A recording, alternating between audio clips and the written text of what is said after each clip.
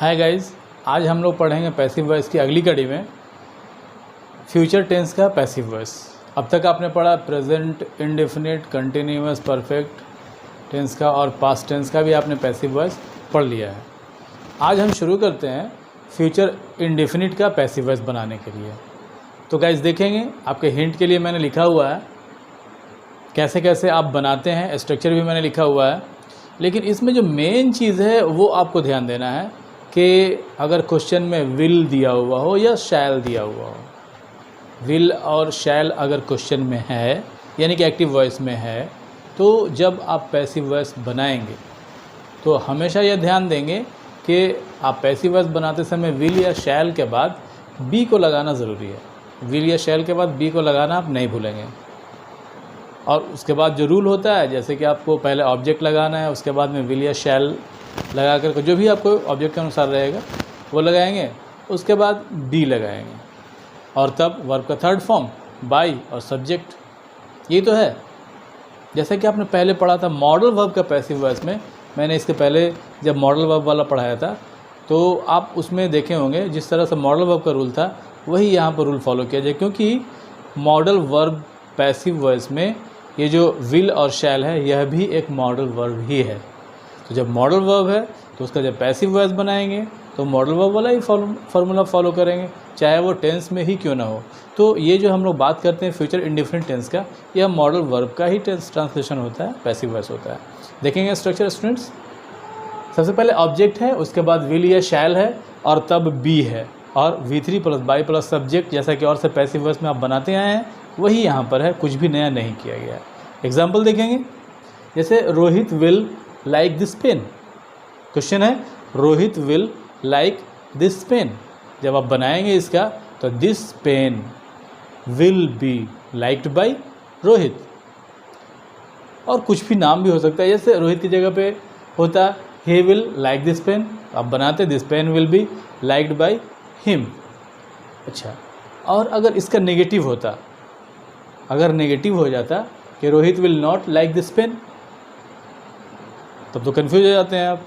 बिल्कुल नहीं कन्फ्यूज होना है, आपको जब बनाना होगा सेम टू सेम वैसे ही बनाएंगे। दिस पेन विल, उसके बाद नॉट लगा देंगे, this pen will not be liked by Rohit. दूसरा एग्जांपल दिया हुआ है, यहाँ पर क्वेश्चन में शैल है, I shall play a ball now. I shall play a ball now, ये आपके कन्फ्यूज़न को दूर करने के लिए लिखा गया है शैल, क्योंकि आप कन्फ्यूज़ करते हैं। तो हमेशा ध्यान देंगे अगर क्वेश्चन में शैल है तो ज़रूरी नहीं कि आप शैल का शैल ही लिखेंगे, आप ऑब्जेक्ट को देखेंगे। अगर ऑब्जेक्ट विल वाला है यानी कि आई या वी नहीं है, यानी कोई वस्तु है, जैसे यहाँ पर बॉल था अ बॉल, तो बॉल के साथ तो शैल लगता नहीं है, मैंने आपको पिछले क्लास में पढ़ाया था। शैल अगर लगाना है तो आई और वी के साथ ही लगता है, उसके अलावा तो कहीं लगता नहीं है। तो यहाँ क्वेश्चन में चाहे शैल रहे या कुछ भी रहे, आप जब बनाएंगे तो विल का ही इस्तेमाल करेंगे पैसिव वॉइस में। अगर ऑब्जेक्ट आपका शैल वाला नहीं है तब यहाँ पर अ बॉल था, अ बॉल, बॉल आपका ऑब्जेक्ट है और उसके साथ विल लगता है तो आप विल लगाएंगे। A ball will be played by me, और नाउ था अदर वर्ड तो उसको लास्ट में लगा देंगे, a ball will be played by me. अगर इसका नेगेटिव होता, जैसे I shall not play a ball now, I shall not play a ball now, तो आप क्या बनाते कि a ball will not be played by me now, यानी कि विल के बाद में आप नॉट लगाते, नेगेटिव में कंफ्यूज नहीं होना है। तीसरा आप देखेंगे यहाँ नेगेटिव वाला स्ट्रक्चर है, वही जो मैंने आपको ऊपर बताया वो स्ट्रक्चर यहाँ लिखा हुआ है। ऑब्जेक्ट विल या शैल, उसके बाद नॉट, तब बी, फिर वर्ब का थर्ड फॉर्म और तब बाई प्लस सब्जेक्ट। जैसे एग्जांपल है Radha will not cut an apple. जब आप बनाएंगे तो an apple will not be cut by Radha. अब कट का कट ही होता है, वर्ब का थर्ड फॉर्म कट का कट ही रहता है, इसलिए कन्फ्यूज़न होने की बात नहीं है इसमें आपको। और मैंने आपको बताया था वर्ब का थर्ड फॉर्म आपको याद करना ज़रूरी है। पैसिव वॉइस में वर्ब का थर्ड फॉर्म का ही इस्तेमाल किया जाता है। तो आप ट्रांसलेशन की बुक में लास्ट पेज में दिया हुआ होता है, वहाँ से आप V1 V2 V3 याद कर लेंगे, या किसी वीडियो में मैं वो लिखवा दूँगा, आप कर लेंगे। अब आती है बात इंट्रोगेटिव सेंटेंस की। अगर क्वेश्चन में इंट्रोगेटिव सेंटेंस है, प्रेजेंट फ्यूचर इंडेफिनिट टेंस का अगर पैसिव वॉइस बनाना है, तो अगर इंट्रोगेटिव दिया हुआ तब क्या करेंगे सर? कुछ भी नहीं करना, बहुत सिंपल है। अगर क्वेश्चन जैसा दिया हुआ है वैसा ही आपको करना है। स्ट्रक्चर आपके लिए लिखा हुआ है विल शैल, उसके बाद ऑब्जेक्ट और तब बी, उसके बाद वर्ब का थर्ड फॉर्म, फिर बाय, फिर सब्जेक्ट। जैसा कि आपको पहले से पता है कि यहाँ से यहाँ तक में कोई चेंज नहीं करते हैं V3 बाई सब्जेक्ट में, आप यहाँ भी चेंज नहीं करेंगे। और विल और शैल दिया हुआ है वो भी चेंज नहीं होगा। क्वेश्चन देख लिया जाए, will my friend like your home, last में इंट्रोगेटिव साइन होगा। जब आप बनाएंगे ऑब्जेक्ट को पहले लिख देंगे, will your home B liked bye my friend, will your home B liked bye my friend. ऐसा और भी क्वेश्चन हो सकता है, और भी हो सकता है इंट्रोगेटिव वाला। जैसे इंट्रोगेटिव का अगर नेगेटिव हो तब उसकी हम बात कर लेते हैं, क्योंकि यहाँ पे एग्जाम्पल में नेगेटिव नहीं लिखा हुआ है, हम उसकी बात करते हैं। जैसे क्वेश्चन है will you bring a doctor, will you not bring a doctor here. अगर ऐसा क्वेश्चन है तो आप क्या करेंगे, जब आप बनाएंगे तो नॉट वहीं पर रखेंगे। विल था आपका पहले तो आप विल लिखेंगे, यू सब्जेक्ट था उसके स्थान पर आप ऑब्जेक्ट को लाएंगे, यानी कि will a doctor, will a doctor, not subject के बाद आपको नॉट लगाना होता है। आपको मैंने बताया इंट्रोगेटिव या WH में नेगेटिव जब करते हैं तो will a doctor not be brought by you. और भी हो सकता है एग्जाम्पल, जैसे नेगेटिव इंट्रोगेटिव का अगर नेगेटिव है तब हम बात कर रहे हैं। जैसे will you not buy a mobile phone for me. जब आप बनाएंगे इसका तो will a mobile phone not be bought by you for me, बन जाएगा स्टूडेंट्स। अब हम WH की बात करते हैं, जो आप जिसमें ज़्यादा कंफ्यूज करते हैं उसी की हम बात कर रहे हैं। तो WH में वही होता है, आपको कुछ नहीं करना है। जो स्ट्रक्चर इंट्रोगेटिव का है वही स्ट्रक्चर WH का ही है, सेम टू सेम है। आपको सिर्फ एक चीज़ का ध्यान देना है कि WH को इंट्रोगेटिव के पहले लिख देना है।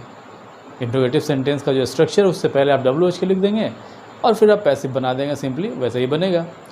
इंट्रोगेटिव स्ट्रक्चर देखा जाए WH का, तो WH का स्ट्रक्चर है WH प्लस विल या शैल, उसके बाद फिर सब्जेक्ट। यहाँ पर सब्जेक्ट नहीं होगा, ऑब्जेक्ट होगा स्टूडेंट्स, ध्यान देंगे। विल शैल, उसके बाद ऑब्जेक्ट और तब बी, वर्ब का थर्ड फॉर्म, बाय, फिर सब्जेक्ट। जैसे एग्जाम्पल देखा जाए, when will he call the doctor. जब आप बनाएंगे तो लिखेंगे when will the doctor be called, when will the doctor be called. और ही था तो बाय हिम लिख देंगे, यहाँ पर छूट गया है।